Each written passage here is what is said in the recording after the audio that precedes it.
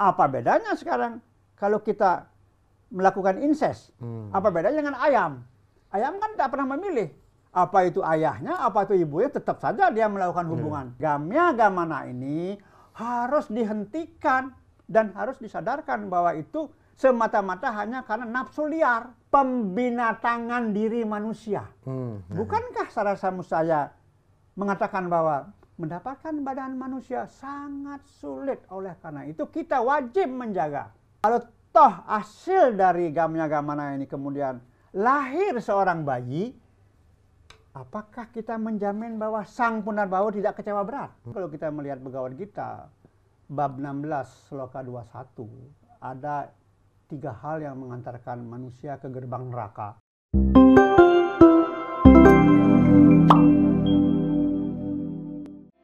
Om Swastiastu, Rahayu pemirsa Hindu Channel. Di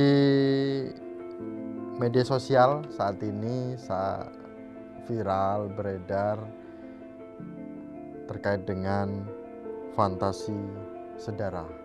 Ada grupnya juga di Facebook. Nah, ternyata saya coba mencari, coba kita riset.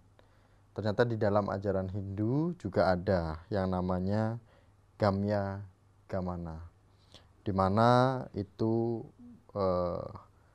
mengarah pada incest, ketertarikan seksual dengan keluarga sendiri. Nah, kenapa Hindu Channel mengangkat ini? Tentu kita berharap bahwa tontonan Hindu Channel ini tontonan yang memberikan sebuah wawasan bahwa di Hindu ada, ternyata secara ajaran Hindu ada, di mana terjadi, kemudian bagaimana penyelesaiannya, seandainya itu terjadi, bagaimana dampak terhadap keturunannya, kemudian ritual-ritual apa yang bisa menyelesaikan ini semua. Langsung kita sapa Haji Dewa Suratnaya. Tastuji. Om Swastiastu, Miko. Ini kita dapat topik ini karena Haji Dewa. Diarahkan untuk ini di ajaran Hindu ada Gamya Gamana. Bagaimana pandangan Haji Dewa? Ya sebetulnya ini pandangan Hindu ya, pandangan Hindu. Dan ini jadi sesuatu yang sangat menarik dan menghebohkan. Karena mungkin baru pertama kali ya muncul sebuah grup yang menamakan diri fantasi sedarah ya, yang sebetulnya mungkin tidak beda dengan incest. Dalam Hindu ada istilah Gamya Gamana. Ya memang kalau kita cari literaturnya, referensinya mungkin tidak sedetail itu. Namun kalau kita melihat Bhagavad Gita bab 16 sloka 21, ada 3 hal yang mengantarkan manusia ke gerbang neraka. Kama, loba, dan kroda. Nah, kamanya ini di sini bisa termasuk gamya gamana ini. Kama ini nafsu atau keinginan liar yang tidak wajar sebetulnya. Misalnya seorang ayah punya anak perempuan yang dia lihat dari kecil itu kelihatan menarik, cantik, dan ternyata itu membangkitkan kama negatifnya, ya. Lalu kemudian ada yang memprovokasi, ada pihak-pihak lain yang mungkin mirip seperti itu. Kemudian mereka bertemu, berdiskusi, kemudian ada yang memprovokasi bahwa itu tidak ada hubungan dengan dosa misalnya. Lalu muncullah kelompok yang namanya fantasi sedarah ini yang sedang viral sekarang dalam proses investigasi dari pihak yang berwenang. Nah ini, nah tentu kita melihat bahwa ini merupakan sebuah peristiwa yang sebetulnya pelanggaran besar terhadap etika sebagai salah satu dari 3 kerangka dasar dalam Hindu. Ya, maka untuk mengantisipasi itu Hindu Channel perlulah membuat semacam ya konten sekarang ini agar jangan banyak nanti umat Hindu yang terjebak.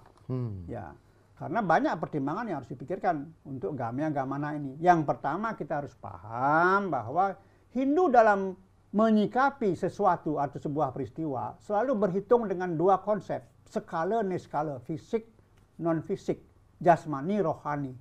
Ya, ini harus dipertimbangkan. Ya, karena nanti akan berdampak kepada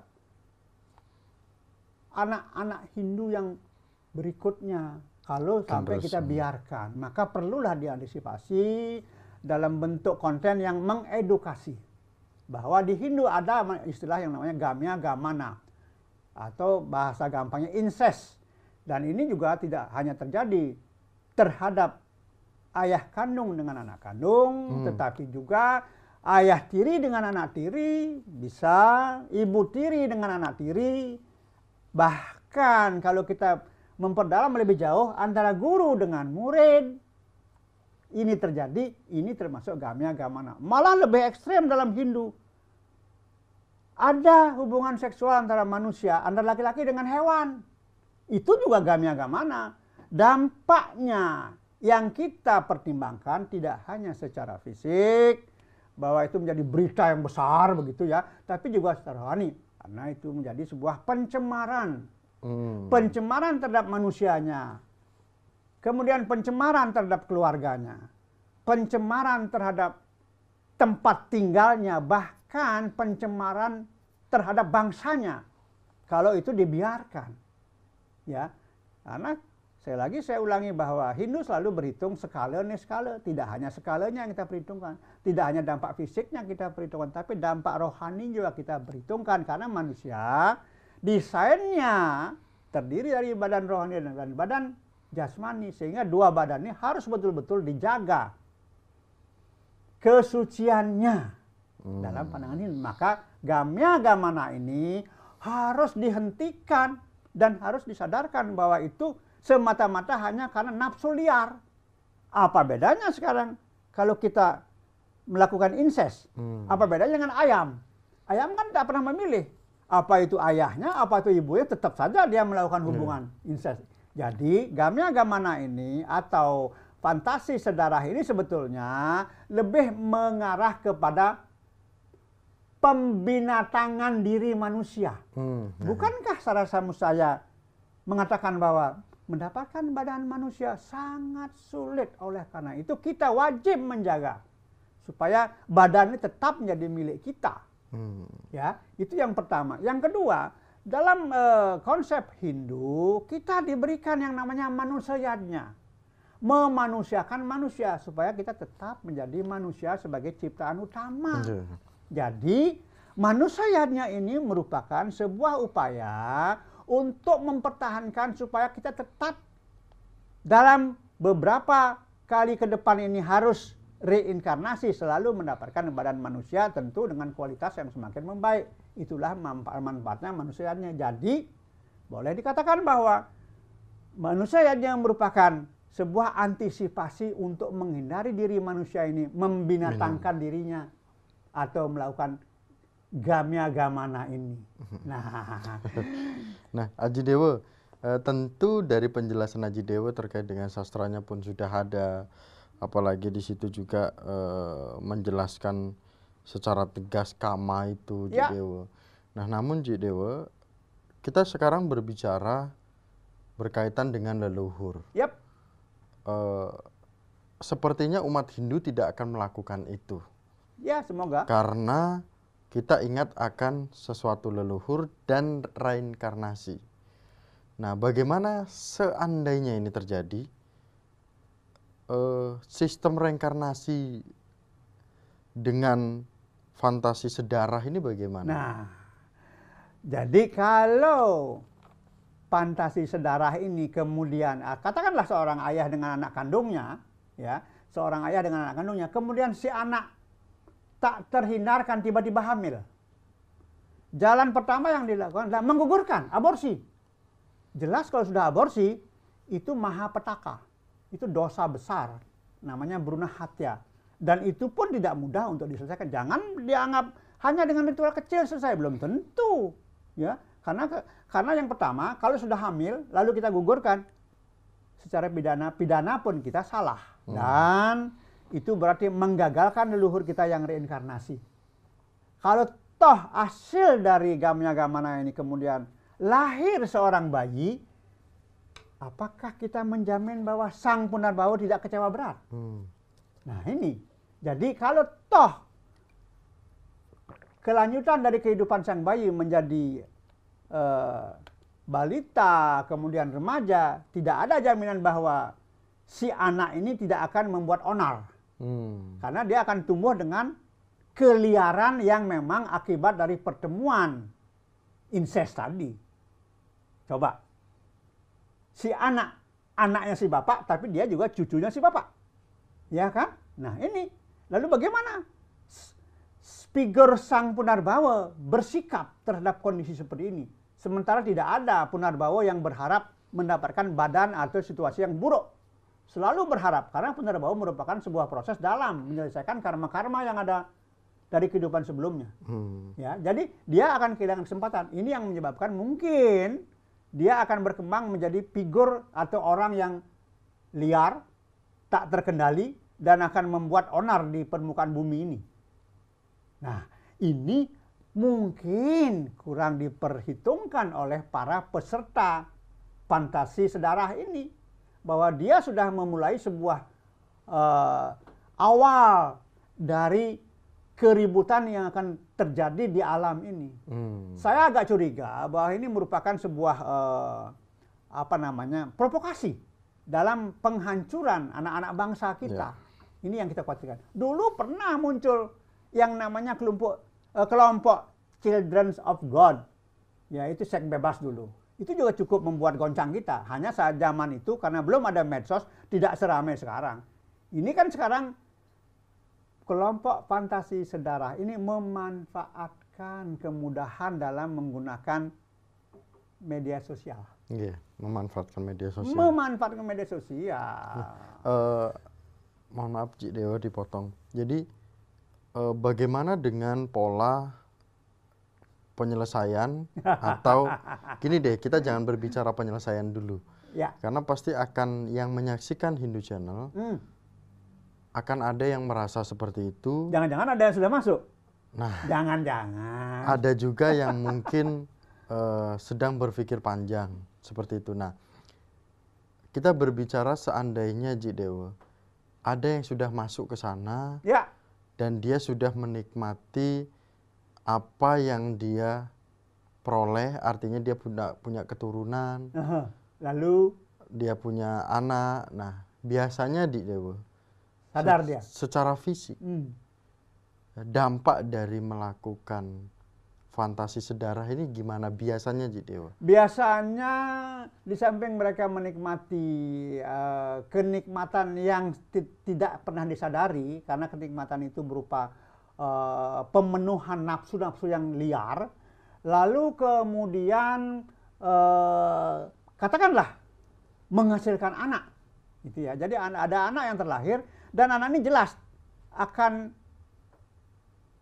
pertumbuhan fisik atau jiwanya tidak seimbang, tidak wajar, tidak normal, akan membuat kesulitan-kesulitan yang dalam keluarganya misalnya.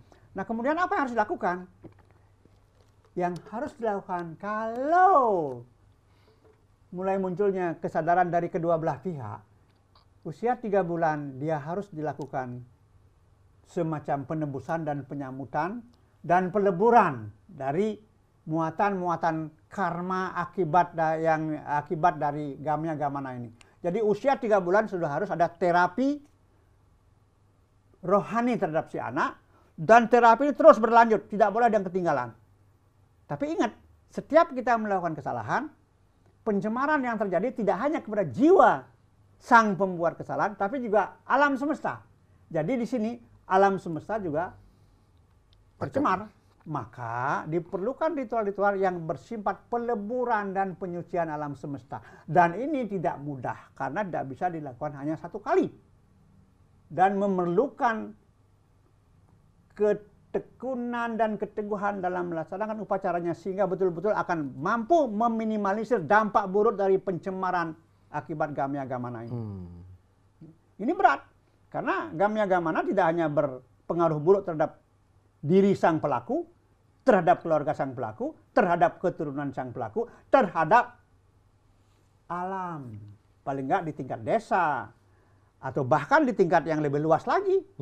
Nah, ini yang berat, karena kalau ini dibiarkan, ya, ini akan menyebabkan terjadinya ketidakseimbangan alam di tempat tersebut, dan ini berpengaruh terhadap lingkungan, terhadap manusianya, terhadap alamnya, bahkan terhadap bagaimana kita biasanya melaksanakan dewoyatnya, pitrayatnya, manusiaatnya, budayatnya, semua kena pengaruh. Jadi nggak kecil pengaruhnya ini. Pengaruhnya tidak kecil dan berdampak di lingkungan lumayan besar, pasti. bahkan alam pun berdampak seperti itu. Alam pun akan kena Kemudian imbas. Haji Dewo, tentu setiap, kalau Hindu ya, setiap ada sesuatu hal yang memang tidak wajar, pasti ada solusi secara ritual. Pasti. Namun bukan artinya bahwa dengan melakukan fantasi sedarah ini bisa diselesaikan juga. Nah, dalam sastra ataupun dalam ajaran Hindu, apakah ada dosa khusus atau ada hukuman khusus bagi keluarga-keluarga atau orang yang melakukan seperti ini? Bentuk dosa atau karma buruk itu kita katakan namanya mahapataka, dosa yang sangat besar. Kalau dosanya sangat besar tentu tidak mudah untuk menyelesaikan, namun penyelesaian pasti ada. Dampak buruknya secara fisik terhadap keluarga, terhadap keturunan, itu akan terjadi kegoncangan secara kejiwaan dari setiap keturunan yang mengalami atau terjadi dalam keluarga itu. Dan secara metafisik, kalau dia meninggal, tidak mudah untuk menyempurnakan. Katakan saja, silahkan diabed, silahkan melalui proses pengabedan yang normal, sebesar apapun itu. Tapi yang namanya mahapataka tidak bisa sekaligus selesai. Mungkin memerlukan beberapa kali ritual, beberapa kali penebusan misalnya.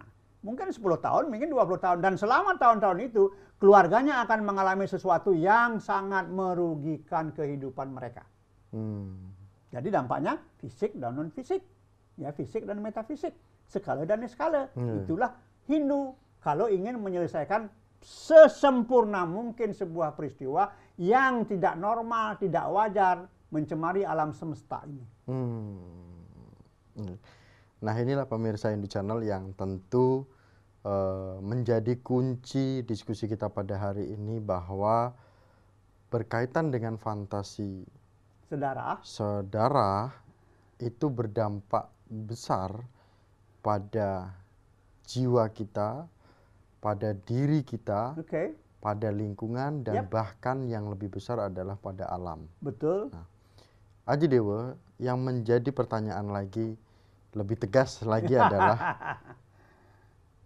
siapa yang harus berperan dan memulai ini untuk men-stop ini, khususnya di Hindu. Karena lembaga kita banyak, organisasi kita banyak, sepertinya tidak ada kegiatan yang mengarah ke sini. Kalau sudah menyangkut masalah pencemaran alam semesta, kita punya lembaga Parisade, dan di sana ada elemen tertingginya adalah Sabha Pandita. Beliau wajib untuk memperbincangkannya dengan seluruh anggota Sabha Pandita, kemudian memerintahkan Sabha Walaka untuk mencari tahu, kemudian mencarikan solusi, sehingga nanti pelaksanaan atau peleburan kasus-kasus seperti ini akan dilakukan oleh 3 elemen. Jadi Sabha Pandita sebagai elemen tertinggi, kemudian ada Sabha Walaka sebagai dewan pakarnya, kemudian pengurus harian sebagai pelaksana atau eksekutornya. Jadi tetap ini lembaga nggak bisa berdiri. Ini merupakan tanggung jawab lembaga menghadapi situasi seperti ini supaya umat Hindu tidak terperangkap dalam kasus fantasi sedarah ini. Karena sebetulnya kita punya pola untuk itu. Artinya ada dalam yang disebut dengan gamya gamana itu. Ada sebetulnya. Ya.